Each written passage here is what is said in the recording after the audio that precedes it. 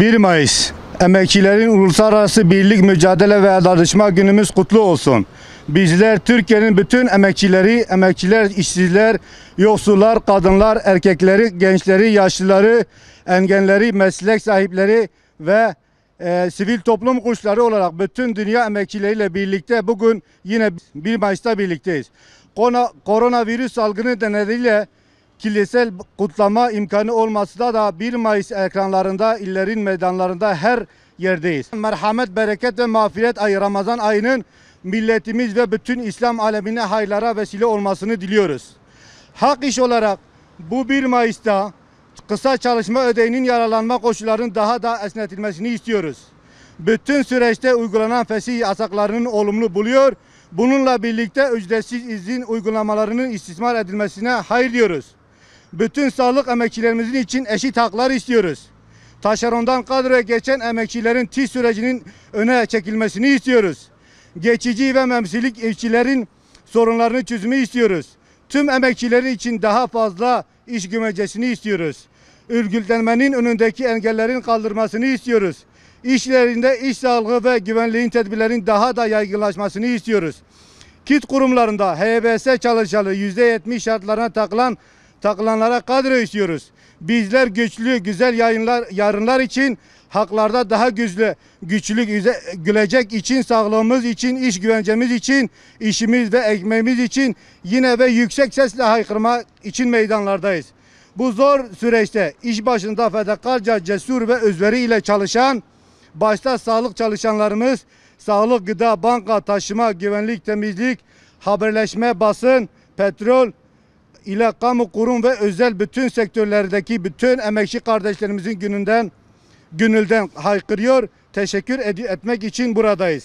Emekçi kardeşlerimize sen sağlığını koru, emeğini biz koruruz diyoruz. Tüm emekçilerimizin güvende olmak için hak iş ile birlikte mücadeleye davet ediyoruz.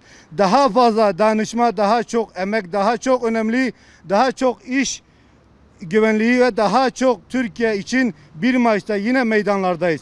Hak iş olarak bizler sosyal devlet, sosyal barış, sosyal adalet, eşitliği ve sendikal haklarımız için 81 ilimizin de meydanlarında, ekranlarda ve her yerdeyiz. Hak iş olarak 1 Mayıs'ta ülkemizin, bölgemizin ve küremizin bütün emekçilerin mağdur, mazlum ve küresel salgına karşı için bütün adına dayanışmamızı yenilemek için buradayız. Hak iş olarak insan onuruna yaraşır saygın iş istiyoruz.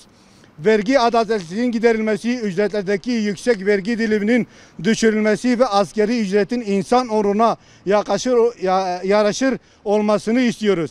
Askeri gelir desteğinin geçilmesini istiyoruz. Yoksulluğun ölmesini, kayıt dışı çalışmanın sonlandırmasını istiyoruz. Biz ücretleri milli gelir, ekonomi büyümeden ve refah açıdan artışından hak ettiğimiz payı istiyoruz. Çalışanlara yönelik şiddet ve mobbing önlemesini istiyoruz. Hepimizin eşit haklarda, eşit şartlarda ve eşit sorumluluk yararlanmasını istiyoruz. Dünyanın dört bir yanında mazlumların uğradığı zulmü son bulmasını, bütün dünyada barış, özgürlük, adalet ve demokrasinin sağlanmasını istiyoruz. Ülkemizin yaşadığı bu zor günleri önlenmelerini uyarak, sabrederek dayanışma ve el birliğiyle atlatacağız. Refahın, kardeşliğin, huzurun ve hoşgörünün artarak hakim olduğu bir Türkiye'nin kıvancını yaşıyoruz. Ülkemizin insanımıza ve emekçilerimize güveniyoruz. Ülkemizin potansiyel gücüne, geleceğine yürekten inanıyoruz. Hak İş Konfederasyonu olarak sendikamsız ve örgütsüz bütün çalışanlara örgütlü ol, sendikal ol, hak işli ol diyoruz.